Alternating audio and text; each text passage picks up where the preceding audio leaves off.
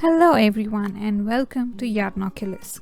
I'm your instructor Anjana and I will be teaching you everything about crochet. This series is tailored specifically for absolute beginners, so I will teach you everything from holding the hook till making flawless crochet stitches. In this episode, we will cover what is crochet, what are the materials needed to learn the art, and how to make the slip knot using these materials. Crochet is the art of making handmade textiles using some yarn and a hook. The term crochet actually means a small hook in French, and that's where the art form gets its name from. Crochet is the lesser known sister of knitting, with the major difference between them being knitting is done using two big needles which look something like this, while crochet is done using a small one which is called a hook and some yarn. The only two things that you need to learn crocheting is some yarn and a crochet hook. For this tutorial, I would recommend getting some cotton or acrylic yarn of medium weight, which you can easily find in the clearance aisle of any craft store near you. Even better, if you know anyone around you who is a knitter or a crocheter, just ask them for some leftover yarn and they will be glad to give you some. There is no difference between a knitting yarn and a crocheting yarn. Every yarn that you can knit with, you can crochet with as well, and vice versa. The hook comes in various sizes and it actually depends on the type of yarn that you're using and the project that you're making. For now, if you are going for a cotton or acrylic yarn of medium weight, I would recommend getting the 5.0mm crochet hook. That would fit just perfect for that kind of yarn and for you to learn crocheting. Going further, you're gonna need a pair of scissors to snip your yarn and some stitch markers to mark your stitches, but that's for later. For this tutorial, all you need to do is grab some yarn, a 5.0mm crochet hook, and let's hop to the craft table and learn how to crochet. Okay, enough of the mumble jumble, let's get to some fun. I have some stash yarn, which is some leftover cotton yarn from my previous projects, and I have a 5.0mm hook. So if you see on every hook, you would clearly have the size of the hook. That's what you got to look at. So like the one that I have in my hands is 5.0mm, if you can see that in the camera. And this is some medium weight cotton yarn. So I'm a right-handed person, so I hold the hook in my right hand, whereas the yarn goes in my left hand. And as the yarn goes in my left hand, I like to keep the yarn on my left side. That just makes it easier to pull. But just go with whatever comes naturally to you and you should be fine. For the hook, I hold the hook like this, with my thumb being the most prominent finger out here, because this movement for me becomes easier and it comes more natural. So let's get started with one of the most important things in this art, and this is what you will start your project with.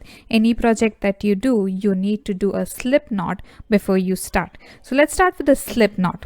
So here's what you're gonna do. You're gonna hold the tail end and wrap the yarn around your two fingers, your index finger and your middle finger, like so. So hold it, 3 fingers, hold it, wrap it once. You're gonna wrap it around again, but this time it's gonna be over the first wrap. So I'm gonna hold it, wrap it around again. So if you see here, it's over the first one.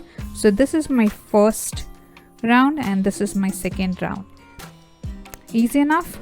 Now hold your hook, slide it between your fingers and pull up the second one. So this is my first one, this is my second one. Slide it and pull up the second one. Nice and easy. Okay, now that you have your hook inside your yarn, all you do is let go of the yarn from your fingers, hold the tail ends, this is the two ends of the yarn, and just pull. And that's it, you got a slip knot. Okay, let's do that again. This is your yarn, this is the tail end of the yarn. You hold the tail end, wrap around once, hold it tight with your ring finger, wrap around again over the first one, slide the hook, pull the second one up so your second loop is on the hook, let go of the yarn and just pull. That's it. Now what you can do is you can just let go of the tail end and just pull the end that is connected to the ball, and you have it firm over your hook. And that's how you do a slip knot. Come on, now this time you're gonna do it with me. Okay, 3 fingers is all you need. Hold the tail end, wrap once. Did you get that? Wrap again over. Now mind you, you need to be very careful with this, and then the second one has to absolutely be over the first one, and do not let go. So if you see, I'm using my ring finger and my thumb to hold it until I have it on my hook. Slide in your hook and pick up the second one. Leave everything and just pull. And just pull the end that you have connected to the ball. That's how you start. Simple, right? Like any other art form, crocheting would also need a lot of practice to reach a point where everything feels natural to your fingers.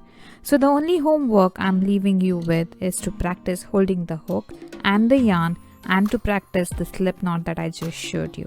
Keep doing this until you are able to do a slip knot in under 5 seconds, and then we can move on to some more beautiful crochet stitches.